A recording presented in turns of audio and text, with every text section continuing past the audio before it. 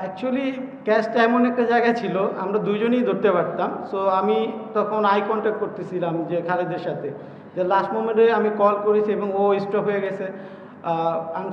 Fortunately যাই বলেন, so খুব প্রেশারে ছিলাম অ্যাকচুয়ালি, যে ক্যাচটা যেহেতু নাইমের ছিল, কারণ ও বিগ স্কোর করার মতো প্লেয়ার। সো ক্যাচটা নিয়ে যখন ধরছি, নিজেই মানে বিলিভ করতে পারতেছিলাম না যে ক্যাচটা ধরে ফেলছি অ্যাকচুয়ালি। এখন পর্যন্ত মনে হয় না আমাদের টিমে থেকে এরকম কোনো মানে নিউজ আসছে।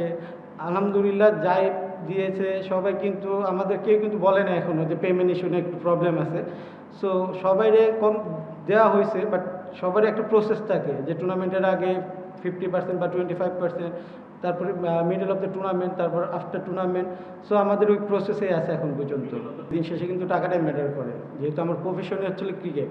দিন শেষে যখন খেলার পর যদি পেমেন্টটা পাই, অফকোর্স এটা আমার নিজেরও ভালো লাগা থাকে।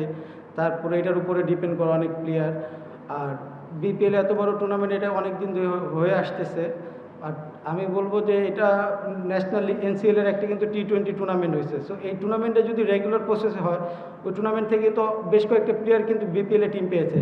সো আমি মনে করি যে এই টুর্নামেন্টগুলো আমাদের, যেহেতু সবাই বলে যে আমরা পাওয়ার হিটার নাই, টি-20তে পিছিয়ে আছি, বিকজ আমরা প্রতি ইয়ারে একটা টুর্নামেন্ট খেলি টি-20। সো এরকম রেগুলার বেসিসে যদি এনসিএলের যে টুর্নামেন্টটা হয়েছে, এটা রেগুলার বেসিসে হইলে আমার মনে হয় যে আমাদের টিমের জন্য এবং ক্রিকেটের জন্য অনেক ডেভেলপ হবে। আমার পার্সোনাল ওপিনিয়ন, যেহেতু বললেন যে আমি মনে করি না এখনও 4টা ফরেন প্লেয়ার আছে, ঠিক আছে, বাট আমাদের আগে নিজের ইমপ্রুভমেন্ট ইম্পর্টেন্ট আমার কাছে মনে হয়। সো আমরা যদি রেগুলার বেসিসে যদি এনসিএলটা যদি হয়, আমরা যদি ইমপ্রুভ করি, তো এটা আমাদের পাওয়া। ফরেন প্লেয়ারদের হচ্ছে যে আসবে, খেলবে, চলে যাবে, বাট দিন শেষে খেলতে হবে আমাদের লোকাল প্লেয়ারদের।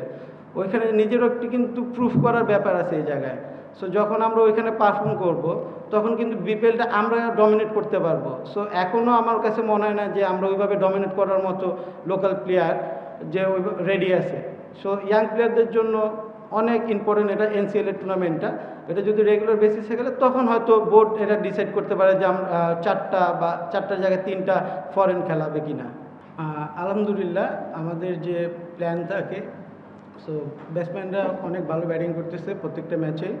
স্টার্টিংটা মানে টি-20 ফরম্যাটে ইম্পর্টেন্ট হচ্ছে স্টার্টিংটা। সো প্রতিটা ম্যাচে আমাদের আলহামদুলিল্লাহ যে খুব ভালো স্টার্ট করতেছি, দ্যাটস হয়তো আমরা 200+ করতেছি।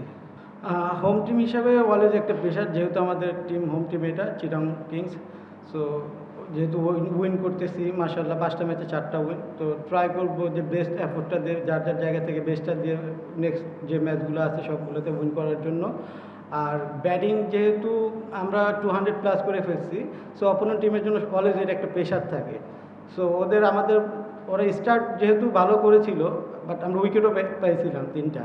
তো এর জন্য হয়তো ওদের অলওয়েজ একটা প্রেশার থাকে, 200+ রান অলওয়েজ প্রেশার টিমের জন্য। আমার কাছে এরকম মনে হয় না, যেহেতু আমরা হোম যেটা বলেন, শুধু কিন্তু চিটাগং আর সিলেটেরই আছে আর ঢাকা। সো আমাদের কিন্তু সবসময় এই উইকেটেই খেলি, বিপিএল সিলেটেও খেলি, ঢাকাতেও খেলি। সো এরকম কখনো ডিফারেন্স মনে হয় না পার্সোনালি আমার। ওভারঅল বলবো না, আমার পার্সোনালি এটাই ওপিনিয়ন যে সেমই থাকে। আমরা সবসময় জানি চিটাগং উইকেটে সবসময় রান হয়।